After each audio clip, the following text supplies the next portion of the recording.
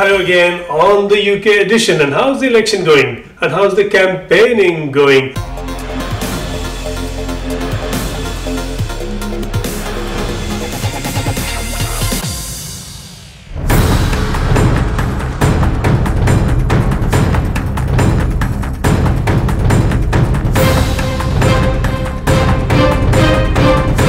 I believe that our United Kingdom can emerge from this period of national change stronger, fairer and more prosperous than ever before.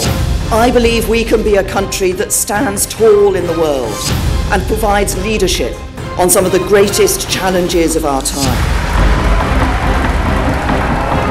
This manifesto is a draft for a better future for our country. It's a blueprint of what Britain could be and a pledge of the difference a Labour government can and will make. Well, this election is a very clear choice between a Labour, Tory, UKIP joint vision of an extreme version of Brexit, or what the Liberal Democrats offer at the heart of our manifesto, and that is real choice. Just what is it like to be an election candidate with a tough battle ahead? A battle for Parliament, if not for Downing Street? Not straight away anyway. Let's join two candidates in the Midlands. Preet Gill is the Labour candidate for Birmingham Edgbaston, a seat that Labour holds with a small majority. She is the daughter of a bus driver and she is being challenged by Conservative candidate Caroline Squire, the descendant of a 19th century mayor of Birmingham. There's much excitement in the Sikh community over hopes that Preet Gill will win Birmingham Edgbaston. But she has a tough fight on her hands and she's campaigning hard. That can mean door-to-door leafletting and wherever possible, conversations with voters. The vote could be so close that debates with individual voters seem worth it. Preet Gill is already a councillor in Sandwell in the region. Her promise to voters is that she's very much a daughter of the area she's campaigning in. My father used to be based in the very old Harborne depot, which no longer exists. So a lot of people will actually remember that bus service and that bus, and actually it still exists. So even though 25 years he was on the bus, and we're talking about, you know, in the sort of 80s and 70s, that bus route is still going. It's very famously known. It goes through Harborne, which is one of the wards of the constituency, and it really connects a lot of people to sort of the hospital, the main sort of town centres. So it's a really very popular route. The Brexit story does not go away anywhere. See, a lot of people, I don't think, you know, they have a view. I mean, either they remained or they wanted to leave. So in the constituency, it's very tight. It's 50-50 split, I would say. But you know what? What's really important is Brexit or no Brexit. We're still going to have cuts to our schools. We're still seeing the NHS waiting list, and these are things that are really important to local people. And so actually a lot of people are not engaging in that debate about Brexit and what's Labour Party or Tory Party stance on it. Actually they're saying, well, what does it mean for us locally? And I think when you get that message across at the doorstep about what that means, and I think also, you know, Theresa May's sort of very reckless kind of attitude and approach to Brexit doesn't actually help this region. Manufacturing industry in the West Midlands relies on the single market and access to the single market of sending their goods. Small businesses are being taxed by the Tories. Again, you know, they're going to suffer. So actually it's about actually looking at making sure that Edgbaston constituency, but Birmingham has a voice at the table of the negotiations, and that's what we must absolutely get right. Brexit is an issue that comes home to people. A lot of people have jobs or businesses closely linked with the EU. Small businesses rely on 1 in 5 rely on you know, employees from Europe. And the manufacturing industry relies on sending its goods. I mean, it's huge for this region. So our negotiation with Brexit, I mean, Labour's position is we don't see ourselves as a member, but actually as a partner. And what we're doing is we're putting employment and people at the heart of our negotiations. So actually we're protecting workers' rights. We're making sure we have access to the single market. We accept that immigration and the free movement has got to be capped, and Labour has made that position very, very clearly. So absolutely, and I think Labour is the one, especially in terms of Brexit negotiation, is absolutely putting people and the economy at the heart. With Sanjay, Suri in London, this is Vaibhav Verma for News 18. On the other side, Conservative Resham Kotecha is challenging the sitting Labour MP for Coventry Northwest, Geoffrey Robinson. With opinion polls showing the Conservatives holding a huge lead over Labour, Tory candidates are pushing hard in seats that Labour holds by a small margin. One of these target seats for the Conservatives is Coventry Northwest, where candidate Resham Kotecha is campaigning actively. That can mean personal conversations with a substantial number of voters. Much appreciated. You are so sweet. I couldn't ask you for any more, but thank you so much. Yeah. Have a lovely day and Yeah. say hello to your husband too. Yeah. Thank Right. you. Thank Bye. you. Bye now. Bye. Mayoral election results here have been encouraging for the Tories. We had the mayoral elections, so Andy Street, who is a fantastic man, was elected to be the mayor for the whole of the West Midlands, and we saw a 6.5% swing in Coventry. So actually, with that level of swing, we would win Coventry Northwest, which is where we're standing right now, and Coventry South as well. So there's a very good chance that for the first time since the seat was created in 1974, we could have a Conservative candidate here. Inevitably, Brexit is always a subject everywhere. So as a city, Coventry voted leave and I voted leave, so we're on the same page here, and I think with the right people in charge we could absolutely make a success of Brexit. There are of course some people who voted remain, and so as a candidate I think it's really important that I reassure them that I understand their concerns. There are of course risks about Brexit, challenges about Brexit, so the way I handle it is not by pretending there's no risk or challenge, but by explaining how we're going to get through it and to make sure that everyone feels united as a city and as a country. And I think actually a lot of people have accepted, whichever way they voted last year, that we are leaving. So it's just a case of reassuring them that I am the right person to work with other MPs, with the mayor and with the government to make sure we make a success for the people of Coventry Northwest to grow in the future. With Sanjay Suri in London, this is Vaibhav Verma for News 18.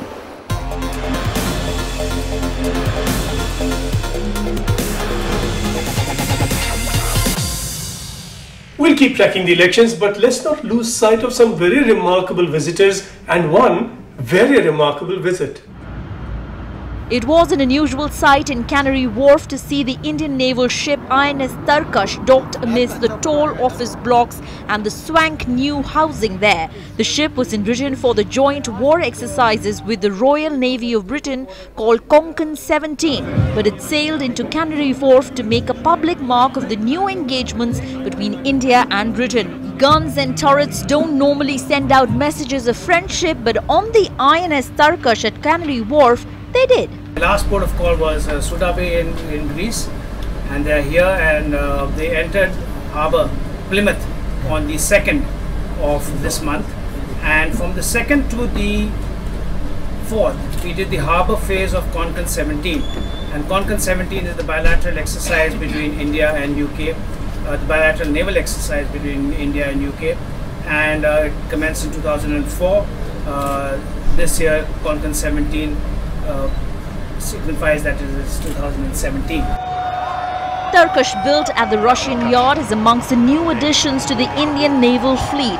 It is based in Mumbai. Now Tarkash forms a part of the Western Fleet, which is also known as the sword arm of the Indian Navy based at Mumbai. As a part of Indian Navy's overseas deployment to the Mediterranean Sea, the North Atlantic and the west coast of Africa, INS Tarkash, along with Indian warships INS Mumbai, INS Trishul, and the replenishment ship INS Aditya sailed from Mumbai on 5th of April this year. The ship came alongside at West India Docks, Canary Wharf, London, at about 1300 on 7th of May. What a great pleasure and privilege it has been for HMS Richmond to operate with the INS Tarkash and the Indian Navy as a whole, and we look forward to future operations in the future where we can continue to build on this important relationship and understanding more about each other and how we can better work together on the maritime stage. But expeditions such as the Canary Wharf are on occasional luxury.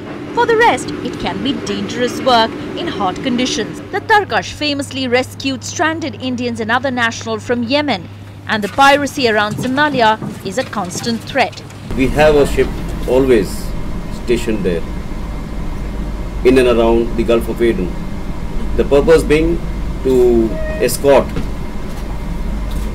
Indian flagships, as also those who want to join the convoy, so that they can be safely escorted in the Gulf of Aden.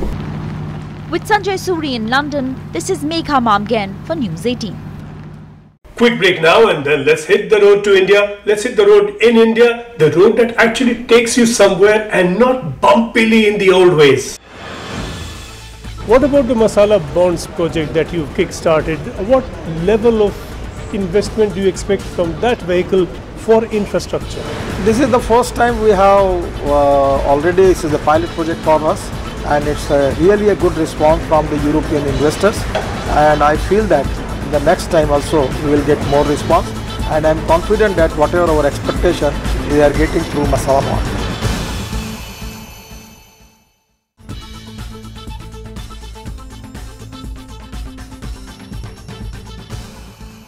Welcome back. And in India these days, all roads lead from Minister Nitin Gadkari. Mr. Gadkari, there's an agreement with Transport for London. What exactly is planned? That we need integrated approach for transport. We need economically viable, import substitute, cost effective and pollution free. We have a huge population, but unfortunately in our country we don't have integration between the system. And what is it that London could give? London strength is their research study of all their different type of systems, by which they are getting good solution from that. So we want to use their experience and their expertise for Indian scenario, and we have discussed this issue with in detail with them, and their experience and their research will be more useful for us for making of future planning of the transport in our country. And specifically, what could London give to Indian cities for this kind of planning? Now in their city transport, urban transport, the private operators are there, but the bus are belong to private operators, but the all discipline, the system maintained by the private operator under the control of the government authority, and that is a good model. At the same time, accountability is there. There is professional approach, and there is the most important thing is a lot of comforts with the people. So in the same manner, we can give the ticket rate very reasonably. We will get the air-conditioned buses. Their double-decker bus design is very good. It's very special. And in India also, we want to make a good designs. And at the same time, we have to think about the comforts of the people by and large. Are we looking at a Make in India model at least partly, or are we talking about just buying design and technology? No, we are looking for Make in India design. Now in India, unfortunately, the bus is built on the truck chassis. Here this is not the system. So complete bus design is a different concept. So we will go for Make in India, and Made in India, we will call a competition for a good designs, and we will select that designs with considering the maximum comfort to our people with a reasonable rate. And at the same time, fuel point of view, we want to take a lot of decisions. Now we want to go for electric as a fuel because we are electric surplus. And is that technology that you're looking for from Britain? No, as far as electric bus is concerned, we have got a lot of technology available in the country, and now we have decided to encourage electric car, taxis, electric auto rickshaw and electric buses. How big are these electric plans? When do you plan to scale them up? We see this occasional experiment here and there, but when will this come into mass use? Within a year, you will see a tremendous change in this field, and we are going for that, and now we have confidence that we can make it, and we are encouraging the lot of companies, Indian companies, those who are manufacturing electric buses. Already we have got the approval, but in electric technology, every day there is a changing is there. So we have to select the appropriate technology for that, which will be the cost effective. The most important thing is charging. That is the reason that we have to find out the most innovative models for charging. And in my own city in Nagpur, at 26 May, in this month, we are already launched electric taxis from Mahindra, and we are expecting that there will be good response for us for that. Yes. Now, there is also the tax issue to think of by way of incentives. Is there a plan to lower taxes significantly on electric vehicles? Actually, I am going to recommend this to the Finance Ministry, but this is not in my hand. But our Prime Minister, our country, our government is very much committed for the import substitute cost effective and pollution free transport system. In a situation, the electric transport is very important. Mass rapid transport on electric basis, we are now thinking about making a system from Dholakua to Manesar, that electric transport system, just like a cable car, having capacity of the ponds will be there, and it can solve the traffic jam problem in the New Delhi. So for the metro cities, we are thinking on that line, and we will find out the solution. And for that purpose, for maintenance, for operation and for administration, we need something which is very important, where our professional, transparent approach, at the same time the experience of the UK authorities, it will be very much useful for that. And at the time of the planning, we will consult them, we will take their help, we will sign the agreement for cooperation, and I feel that that can be very much useful for all of us. How soon do we expect this agreement? Within a month we will sign the agreement. Today we have finalized lot of things. They have given us a draft. My joint secretary is already here, and he is discussing with them, and as early as possible we will finalize and we will do it. What about investment? Are we getting from the British ideas or also investment? I meet with a lot of contractors, investors, those who are interested in infrastructure. Today I have a meeting with them, and they are very keenly interested to come to India. They are ready to invest in the project. They have got the ability for execution, and I assure them that you are welcome in India, because we have got a very good relationship with the UK, and particularly this initiative is also very useful. We will definitely cooperate you, and we will encourage you in India for development of infrastructure. Finally, sir, what about the Masala Bonds project that you've kick-started? What level of investment do you expect from that vehicle for infrastructure? This is the first time we have already, this is the pilot project for us, and it's really a good response from the European investors, and I feel that the next time also we will get more response, and I'm confident that whatever our expectation, we are getting through Masala Bond. Any estimate of the level of investment we could be looking at, a range? As far as Masala Bond, we have a limitations, but we are searching for insurance fund, pension funds, because we need huge capital. Already we have sanctioned the project in my ministry more than 6 lakh crores, and next time in 2 years at least we are planning for 15 lakh crores. So we need a huge investment. We are particularly concentrating on the particular pension fund, insurance fund, because the cost, land acquisition cost is increased. So our main intention is to reduce the construction cost and improve the quality, and at the same time interest cost in India is very high. By taking the capital from abroad, we want to reduce the interest cost, by which we can make the economical viability in the project. Mr. Gadkari, it does sound like you are on the road to success. Thank you very much for talking to us. Thank you very much. Thank you. Thank you. Back on the election road in the UK over the next few days and weeks. Stay with us right here on News 18.